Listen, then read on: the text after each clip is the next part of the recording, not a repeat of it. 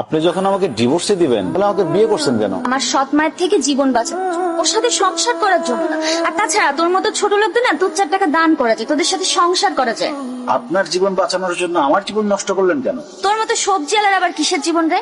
আর তাছাড়া তোর কাছে না আমি আমার লাইফের প্রবলেম শেয়ার করতে একদম রাজি। আর তোর কত বড় সাহস, তুই আমার সাথে এক বিছানায় ঘুমাইতে চাস? তোর নিজের লেভেলটা ভাবছোস একবার? তুই আমার সাথে আমার রুমে আমার বিছানায় ঘুমাইতে আসবি, এজন্য না আমি বালিশের নিচে গিট রেখে দিয়েছিলাম। দ্বিতীয়বার আমার রুমে ঢোকার আগে না তোর এই যে মাথায় ব্যথা পাচ্ছিস, এটা যেন তোর মাথায় আসে আগে। আমার রুম থেকে বের হ। আর তোর গা থেকে না সবজির ঘ্রাণ বের হইতেছে, আমার না জাস্ট সাফোকেটেড লাগতেছে। যাও আমার রুম থেকে বের হও। এই মাইটারে দেখছস কোথাও পালা যেতে? আমার তো 7 দিন ধরে জ্বর ছিল, আমি তো দোকানই বন্ধ ছিল 7 দিন ধরে। আমি কিছু দেখিনি, আমি কিছু জানি না। সত্যি কইতাছস? সত্যি করতেছি। আপা, এই হালার সাথে কথা বলে কোনো লাভ নেই। একটা বড় চলে। ঠিকই করছস, এই আস্ত বলত। চল। এটা কোন ধরনের বেয়াদবি? ওরে বাবা রে, আপনি কোন মহারানী শুনি যে কাপড় ছুঁড়ে মারছি বলে একবারে মহাভারত অশুদ্ধ হয়ে গেছে? ভাবি, আমার মা মহারানী না হোক, কিন্তু কাজের বুয়া তো না। তুমি তো আমার মায়ের সাথে কাজের বুয়ার মতো আচরণ করতেছো। সে আমার কাছে কাজের বুয়ার থেকে বেশি কিছু না, বরঞ্চ কাজের বুয়াই। ভাবি, তুমি বড় লোকের মেয়ে হয়েছো বইলা আমাদের সাথে এরকম খারাপ ব্যবহার করতে পারো না। কি ব্যবহার করব না করব সেটা তোমার থেকে আমাকে শিখতে হবে। শোনো, আজ থেকে তুমি আর তোমার মা চাকরানির মতো আমার সব কাজ করো।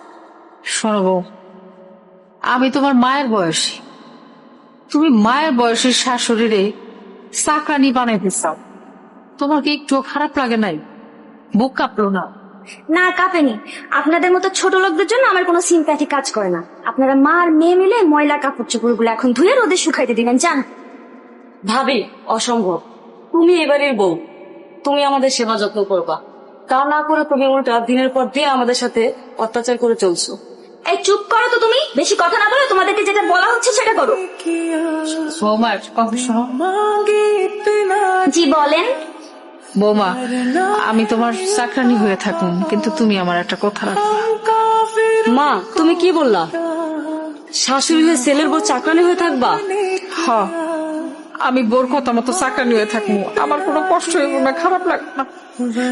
আমি চাকরানি হই, যা খুশি হই, তারপরও যদি আমার সন্তানটা ভালো থাকে, সুখে থাকে, তার জন্য আমি সবকিছু করতে পারি, প্রয়োজন হলে জীবনও দিতে পারি। এত ভনিতা করার দরকার নেই, কি বলতে চান সেটা বলেন। বৌমা, আমার ছেলেটারে তুমি ডিভোর্স দিও না। বিশ্বাস করো, আমার ছেলেটা তার জীবনের চাইতে তোমারে বেশি ভালোবাসে।